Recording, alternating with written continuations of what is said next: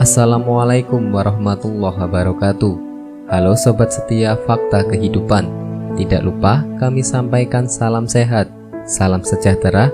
Semoga tercurah segala bentuk kebaikan dan juga kita semua dalam lindungannya.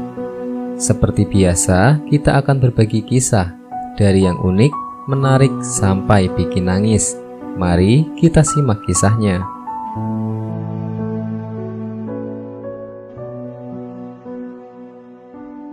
Kisah wanita ahli ibadah masuk neraka karena sering menyakiti tetangganya.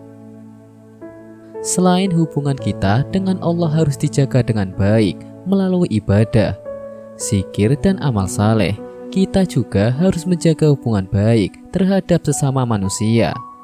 Dengan berbuat baik kepada mereka, tidak hanya menyakiti baik dengan perkataan maupun perbuatan, tidak menfitnah dan lainnya. Untuk menjadi penghuni surga, kita tidak hanya harus banyak beribadah kepada Allah, tetapi juga harus berbuat baik kepada sesama manusia, terutama kepada tetangga. Disebutkan dalam sebuah hadis riwayat Imam Bukhari dalam kitab Adabul Mufrad, bahwa suatu ketika ada seorang sahabat yang menyampaikan kepada Nabi Shallallahu Alaihi Wasallam tentang seorang wanita yang ahli ibadah tapi suka menyakiti tetangganya. Wahai Rasulullah, ada seorang wanita yang rajin sholat malam, gemar berpuasa di siang hari, giat melakukan amal kebaikan dan banyak bersedekah. Namun dia sering menyakiti tetangganya dengan lisannya. Mendengar laporan ini, Nabi Shallallahu Alaihi Wasallam menjawab, tiada kebaikan padanya dan dia termasuk penghuni neraka.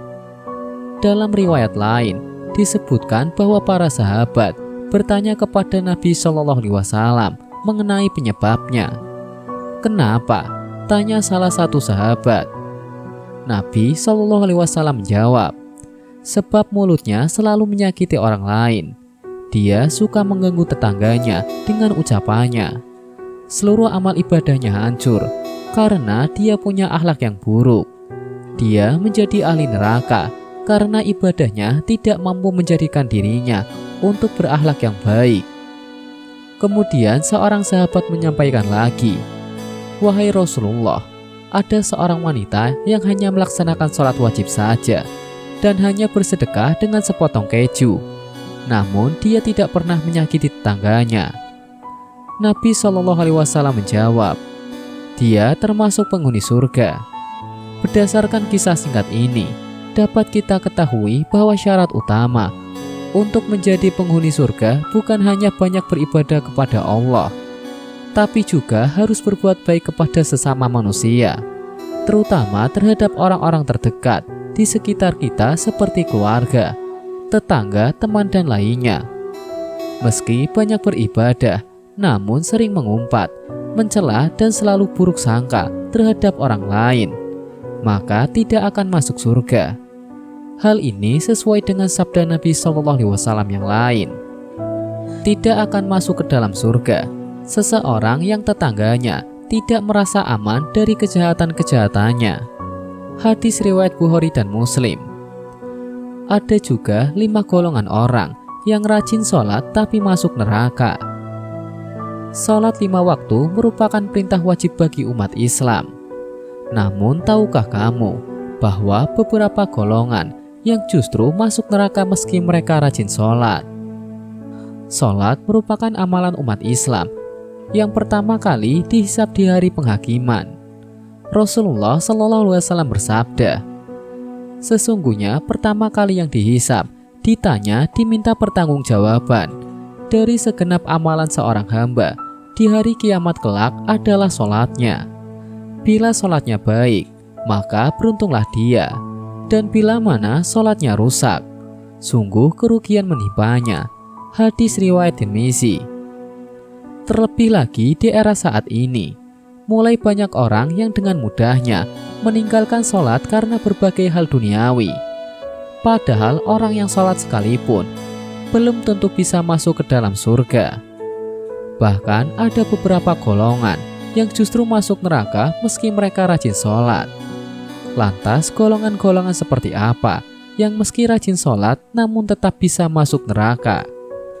Berikut 5 golongan orang yang rajin sholat namun tetap masuk neraka.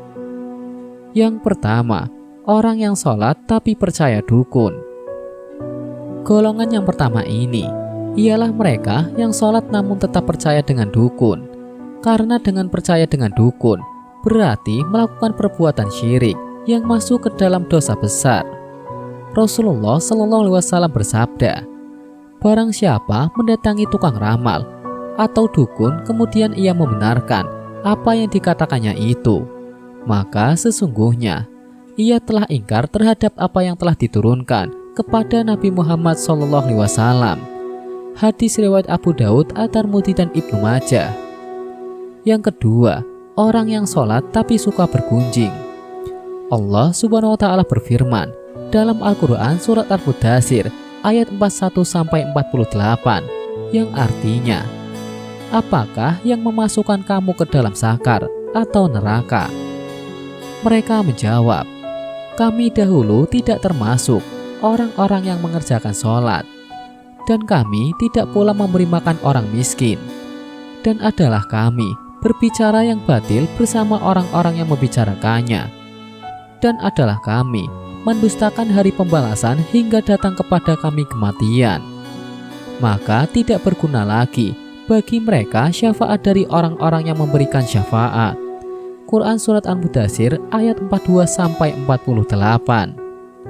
Dalam ayat ini, salah satu penyebab orang masuk neraka adalah karena suka membicarakan keburukan orang lain. Orang yang rajin sholat, namun suka bergunjing kejelekan orang lain, maka ia akan ditempatkan dalam neraka sakar. Na'udzubillah min dzalik. Yang ketiga, orang yang sholat tapi mengabaikan anak yatim. Orang yang sholat tapi mengabaikan anak yatim masuk ke dalam golongan orang-orang yang mendustakan agama. Hal ini sudah diterangkan dalam Al-Quran surat Al-Ma'un. Mereka yang enggan menolong orang miskin dan mengabaikan anak yatim masuk ke dalam orang-orang yang cela yang akan masuk ke neraka. Yang keempat, orang yang sholat tapi berdusta.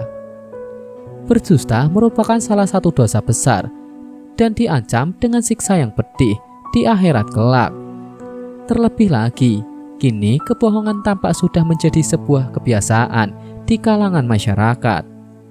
Padahal sekecil apapun, sebuah kebohongan akan tetap dianggap sebagai dosa besar.